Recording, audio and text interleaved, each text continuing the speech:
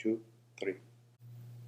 Hey, Jeff Dorian here from thesoapguy.com, and how much soap have you given away today? Yes, we give away 100 bath bombs every single day. We were going to do this initially for 30 days, but we're going to continue on because we're having fun, and we hope you guys are having fun also. So the winner from yesterday's contest was Trill Moore of New Jersey. Congratulations. You have won 100 bath bombs. We do have a second winner today from the Secret Soap Club, and that winner is Rhonda McDaniel from Florida. Congratulations, you are also a winner. Don't forget, for our big contest that we're having on July 4th, you have to go over to thesoapguy.com and enter there, join the Secret Soap Club, and we will give you more details. If you're not a member of the Secret Soap Club, you cannot win.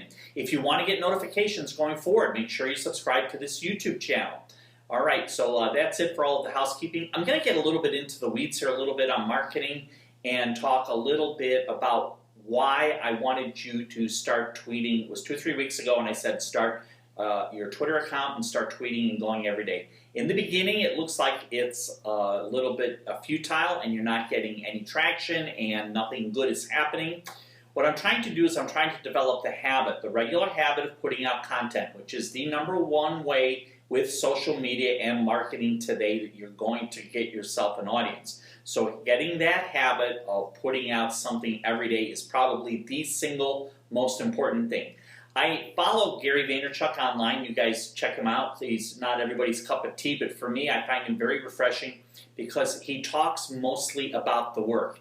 And when he started Wine Library TV years ago, he did it for 7 or 8 years before it blew up and became this gigantic thing and helped him and his dad's business have a lot of success with wine, right? And so one of the things that he brings up over and over again is this idea, the idea that 1 month, 2 months, 3 months isn't going to do it. You have to be dedicated, you have to be putting in the time, and you have to be doing it for years, not for months. You have to have that type of mindset.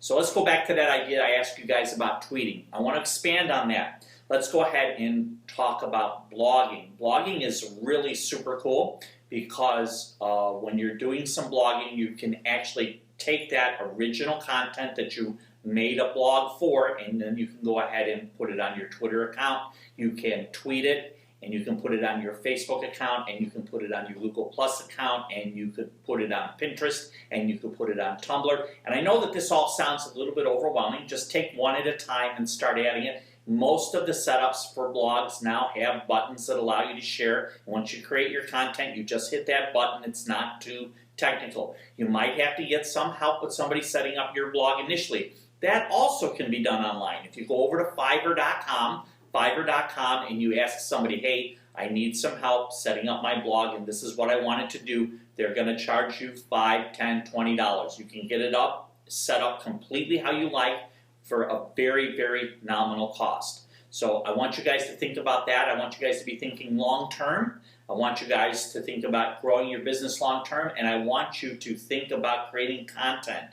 One of the guys that I followed for years and years and years with marketing has a company. His name is Dan Thies, and he's a partner with Leslie Rohde. And they talk about, and they have this actually documented, that their biggest idea about sharing content is sharing them on all of these platforms, right? So I want to combine that with something that Gary Vaynerchuk says, because the first thing that you're going to do is you're going to run out of content. You're just going to say, hey, what am I going to blog about today? It's going to drive me crazy. Earlier this week, or maybe late last week, I was talking about somebody who was getting out of the soap business because they couldn't see a way forward. She was doing really, really great work, and she had great branding and great packaging, and she just couldn't get her costs under control. And plus, her life was a little bit overwhelming because she had 3 small children. But in the meantime, she had managed to create this blog that was really active, and she was putting out a lot of content, and she was a super writer, and it was really interesting, and she was doing the whole community a great service. And I admired the heck out of her, and I wish that she would continue on and find a way around the issues that she was having. But anyway, having said that, I just wanted you to get your mindset around this idea of blogging, that she was creating content, all right? And she had decided to focus on that. So the thing that Gary says that you guys should do instead of creating content every single day is that you should document, right? Document to create your content. So what happens is, if you go and see a comedian, or if you go and see somebody who's entertaining, who has to do some type of daily shtick, even if it's somebody on the radio, what they're commenting on is they're commenting on what's happening in their life every single day and what they see happening around them. And you see the best comedians do this. They're looking around, they're being really observant. So if you go to the store, if you went to Costco, for instance, you saw that they had a special on coconut oil or another type of oil that you wanted to use in your soap making adventure. Almost everything that happens during your day when you are a soap maker can be then turned around and put into a blog or a video blog one way or another. So you're actually documenting the things that happen to you every day, documenting stuff that happens to you, to your kids, to your spouse, in your neighborhood. There's always something, and if you go ahead and you start looking around for these things, you'll start to see steady streams of these things coming into your life of which you can write. Another quick pointer is if you go over to some of these places that have already curated your content, and there's all kinds of places where people put articles and videos, including YouTube, right? You can go to YouTube and you can go to Medium and you can go to Dig and Reddit and all of these places where people are creating content all the time, and you can see all of the articles that have been voted up by that community. So you know that they're already popular. So, well, goodness gracious, how does this relate to what we're doing? How can I take this content, put my own twist on it, put down some information in my blog, publish my blog, and you already know that it has an audience. It already has an audience because it's already been voted on by those other gigantic sites. So they're already giving you a hint. Hey, this is what people are interested in. Then when this information starts getting in regularly on your Facebook page and on your Twitter account, then you'll start to see some traction going forward, right? So going back to Dan and Leslie, they were the guys that this is what they use to market for their clients. They get people to pay them a lot of money to market this way.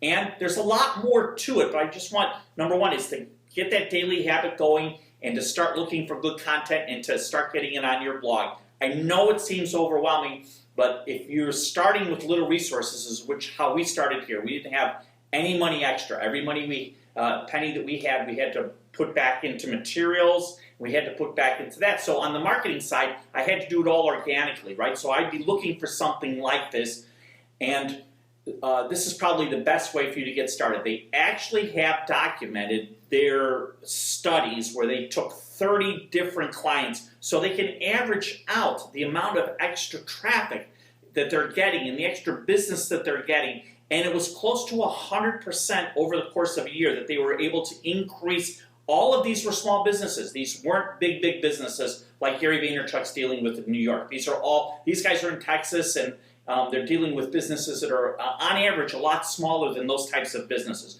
So I know this has been a really long-winded one, but I did want to address that because what I'm talking about to you guys mostly is about marketing and getting the marketing side of your soap business going. All right, so there's a lot there in this one. We'll talk a little bit more about this stuff going forward. But that daily habit, creating content, finding interesting content, and then along the lines of Gary Vee, that last point is to document rather than create. And document means observe. Observe what's happening, make comments on it, say, hey, this might be helpful, and then you start to see your audience grow. All right, I hope this has been helpful to someone out there. I know this is a long video, so let's just make today's contest phrase that pays Happy Friday. Make sure that you put the word contest in your subject line. Send it over to soaporders99@gmail.com. Contest, then Happy Friday. The 50th person will win 100 free bath bombs. Don't forget to keep creating content, to keep documenting what's happening, and to grow your audience. Thanks a lot, guys. Have a great weekend, and we'll see you next time.